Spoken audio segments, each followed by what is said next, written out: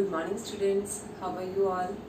I hope you all are fine. Again, Corona came back with a boost. So again, we have to make a videos. Initially, we started with the offline school, but now we have to continuing with the online classes only like this by making videos only. So now again, I am here with you all only. Last year also you are with me only, and now also you are with me only. We know each other's way of thinking, type of teaching, like how I am teaching to you, and I also know ki how you are getting to know. So initially, as your first day, today is your first day, so I am going to make your video, but later on maybe we will continuing with the live class only. So whatever be the schedule from my side, I will share with you, but for now I am making the video for you. First lecture is done in both the sections, but still I am again telling you from very beginning only, because many of the students were not present at that time. So that's why I am again starting from the very beginning only. So yes, our first chapter of this semester of this class is crop production and management. So here we are going to discuss about the crop, how we are going to produce the crop, how we are growing them, and how we are harvesting them. So each and everything regarding the crop production we are going to do in this chapter. So yes, now we are going to start with the very first initiation, or we can say ki crop. Yes, crop फसल कुछ खाने के लिए, तो खाने से हमें याद आता है खाना. अल्टीमेटली क्रॉप क्या बनती है, हमारा खाना बनती है. तो ये खाना हमें क्यों जरूरी है, खाना किस लिए चाहिए हमें.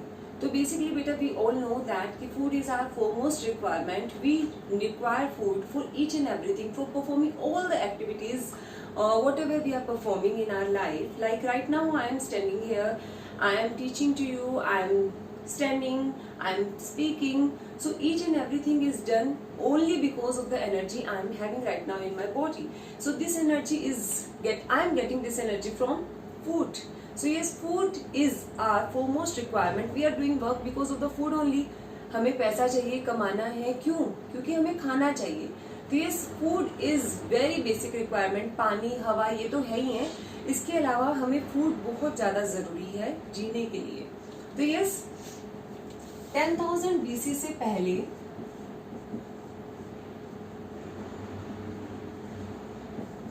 people were nomads. Nomads मतलब the people who are moving from here and there in search of the food. So these people are known as nomads. So 10,000 before 10,000 BC, all the people were nomads. Means they are moving here and there in search of the food. उनका कोई ठिकाना नहीं होता था, खाना बदोश लोग होते थे. आज यहाँ खाना मिला, यहाँ अपना डेरा डाल लिया, अपना घर, पूरा सामान, पूरी फैमिली यहाँ शिफ्ट हो गई. यहाँ पे खाना खत्म हो गया, then they moved to the another place. तो initially we were nomads. But later on we think that कि बहुत मुश्किल है एक जगह से दूसरी जगह पे जाना, कंटिन्यूसली मूव करना. तो we decided to produce food. तो हम लोग क्या बन गए, फूड गैदर से फूड प्रोड्यूसर बन गए. तो now we are growing our crops by ourselves only. तो अभी हम नोमैड्स नहीं हैं. We are having one particular place to live, particular place to go for the work and come back to the home. तो अभी हम nomads नहीं हैं. Initially we were nomads. So yes, now we are talking about agriculture.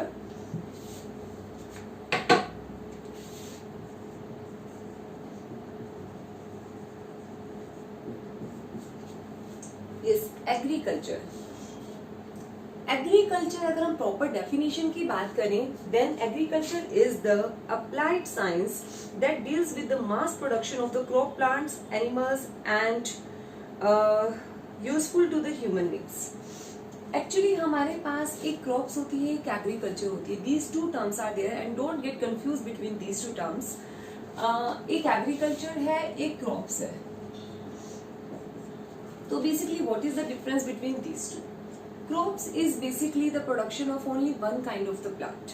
कोई भी एक type की हमने क्रॉपिंग की, फसल उगाई, चाहे वो व्हीट की है, राइस की है, बाजरा, मेज, किसी भी एक चीज की है हमारे पास, तो वो पर्टिकुलर एक ही चीज की हम क्रॉपिंग करते हैं, फसल उगाते हैं, तो उसको हम क्रॉप्स बोलते हैं.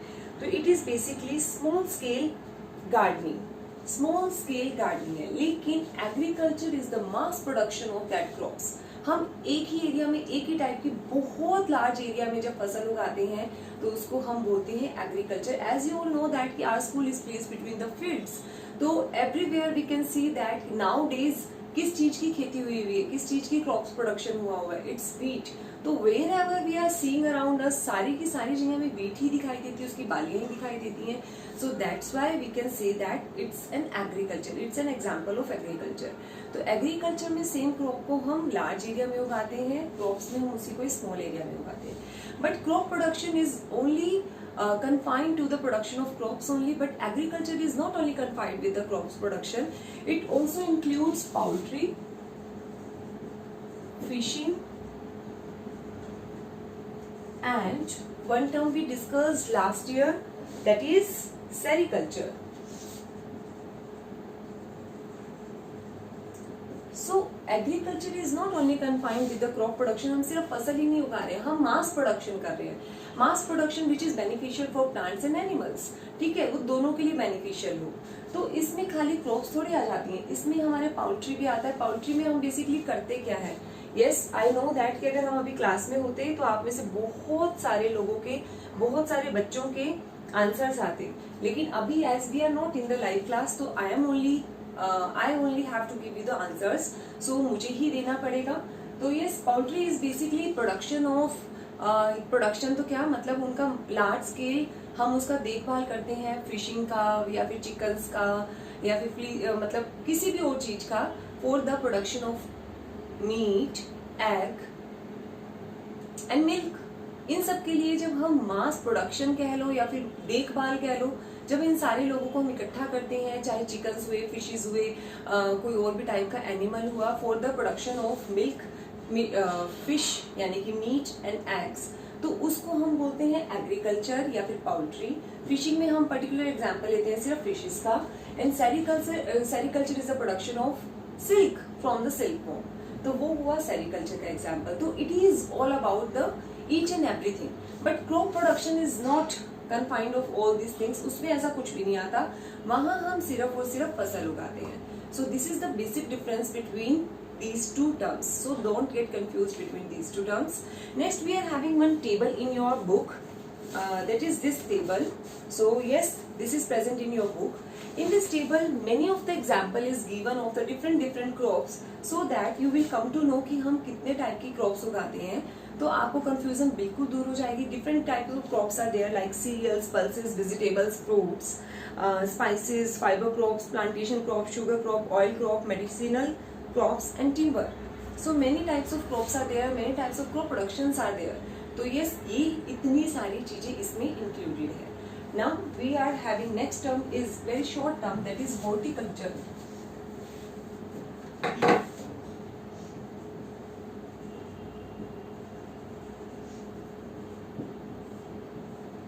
Horticulture is basically confined of two terms, that is horti and culture. Horti means garden, culture means cultivation. जब हम इसी क्रॉप को बहुत स्मॉल से एरिया में, बहुत ही स्मॉल से एरिया में, लाइक आई कैन से कि मैं अपने ही गार्डन में छोटी सी जगह में गार्डनिंग में थोड़ी सी फसल उगाना चाह रही हूँ, कोई एक चीज का प्लांट उगाना चाह रही हूँ, मैंगो का, गुआवा का, कि हाँ भाई ठीक है कि अपने बेसिक नीड को पूरा करने के लिए आई लाइक दिस, कि भाई मुझे ये चीज पसंद है, तो हम छोटे छोटे एरिया में अपने ही गार्डन में कुछ लगा लेते हैं, तो उसको हम बोलते हैं horticulture. Horticulture is basically production of the crops and on the very small area मतलब लाइक गार्डन्स, तो उसको हम बोलते हैं हॉर्टिकल्चर। नाउ हमें पता है कि इंडिया में अलग अलग जगह का temperature, rainfall, weather condition, climatic condition, humidity, सब कुछ अलग अलग है, तो obviously different types of cropping will be there. If different weather condition is there, different temperature, rainfall is there, then obviously हमें अलग अलग तरह की क्रॉप्स उगानी पड़ेगी। अब एक क्रॉप्स जो है वो एक गर्मी के सीजन में लग सकती है, तो obviously it can't grow in the winter season, तो इसीलिए according to the temperature, according to the all the condition, different types of croppings will be done in different parts of the India. India में बहुत सारी तरह के weather और बहुत सारी तरह की, आपको पता है, सीजन्स आते हैं। So on the basis of these seasons, on the basis of these conditions, two types of crops are there in our semester, that is kharif crop and rabi crop. Kharif crop and rabi crop. So basically difference is there in our book. तो हम लोग difference की form में ही करेंगे, so it will be easy for us to do this difference. So kharif crops are those crops which are grown in the rainy season. Rainy season means June to July to September to October.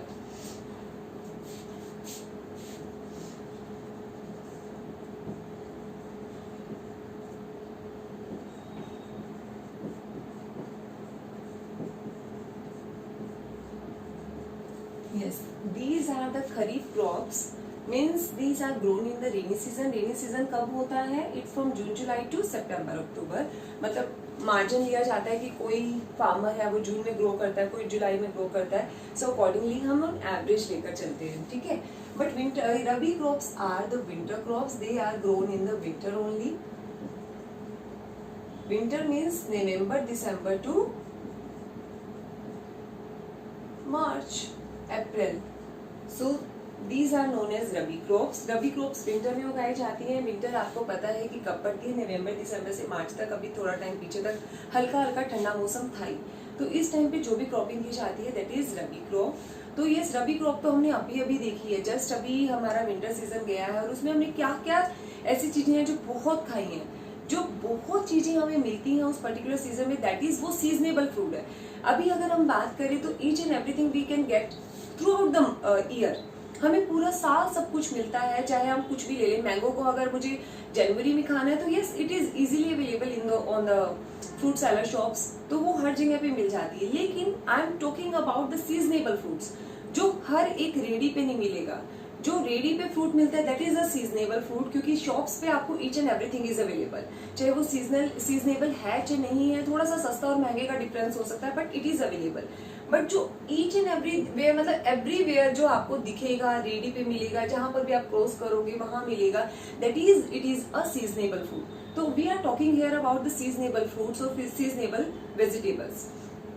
तो वो seasonable चीजें हैं जो उस particular time पे ही हमें मिलती हैं, बाकी टाइम पे नहीं मिलती हैं. थोड़ी सस्ती मिलती है, क्वालिटी वाइज अच्छी मिलती है, तो उसको हम बोलते हैं उस पर्टिकुलर सीजन की फ्रूट. तो ये मटर है, पीज है, वो हमने विंटर्स में बहुत खाए हैं. ग्राम है वो बहुत मिलता है. तो ये कैरेट, रेडिश, ये सारी की सारी चीजें क्या है जो हमें विंटर्स में ही मिलती हैं, that means they are rabi crops. अगर हम बात करें खरीफ क्रॉप्स की तो रेनी सीजन में हमें क्या क्या मिलता है? यस, राइस, मेज, सोयाबीन, ग्राउंडनट, ये सारे के सारे एग्जाम्पल हैं खरीफ क्रॉप के. तो अब यहाँ पर एक मैं बहुत ही ऐसा क्वेश्चन पूछने वाली हूँ कि भाई आप कहोगे ये क्या क्वेश्चन पूछा मैम ने, कि why we are growing kharif crop in the rainy season only. ये क्या क्वेश्चन हुआ? यस, इसका सबसे अगर हम बात करें, क्योंकि वो उसी टाइम पे ग्रो कर सकती हैं. ऑब्वियसली अगर खरीफ क्रॉप है तो वो खरीफ सीजन में यानी कि रेनी सीजन उसको सूट करता है, इसीलिए वो उसमें ग्रो करेंगे. यस, लेकिन एक उसका बहुत अच्छा रीजन क्या है, जैसे राइस है. राइस क्रॉप के प्रोडक्शन के लिए हमें बहुत ज्यादा पानी चाहिए, बहुत ज्यादा पानी चाहिए. अब बार बार वो सूखा पड़ेगा, बार बार पानी एब्जॉर्ब हो जाएगा, बार बार फार्मर पानी डाले जा रहा है, it is very non practical. तो वो करना बहुत मुश्किल है, बार बार उसके पीछे लगना फार्मर के लिए भी इट इज डिफिकल्ट. तो वो ऐसा सीजन चूज करते हैं जहां पर उसको पानी देना तो ऑब्वियसली पड़ेगा ही पड़ेगा. We can't only dependent upon the weather condition और भगवान की हाँ वो पानी देंगे, लेकिन कम पानी देना पड़ता है. अगर वो रेनी सीजन में इन सब क्रॉप्स को ग्रो करेगा which required a lot much amount of water for growing, तो अगर वो उस टाइम पे पानी देगा तो ऑब्वियसली वो पानी उसको कम देना पड़ेगा, क्योंकि आधी बार बारिश से वो कवर अप हो जाएगा. सो that's why the farmers grows kharif crop in the rainy season, because these crops require a much amount of water for their growth. So yes student, this is about rabi crops and kharif crops. Now one more term is there, that is hydroponics. Yes, hydroponics क्या होता है?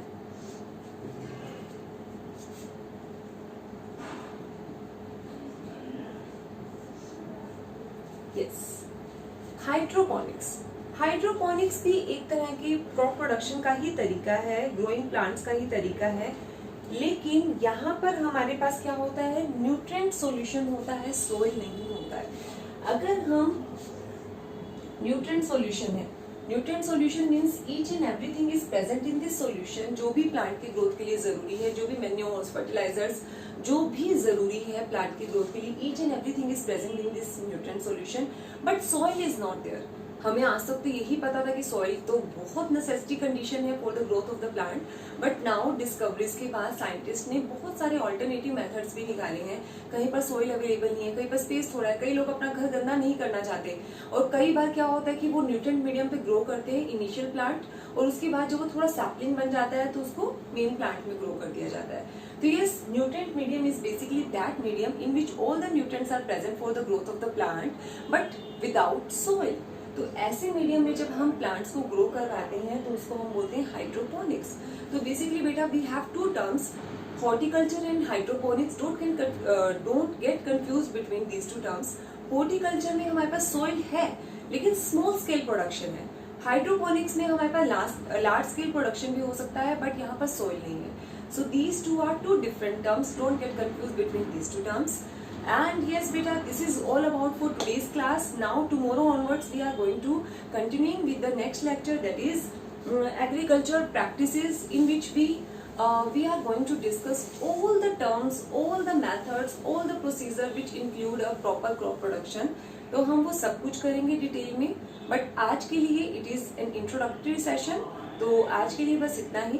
Thank you so much.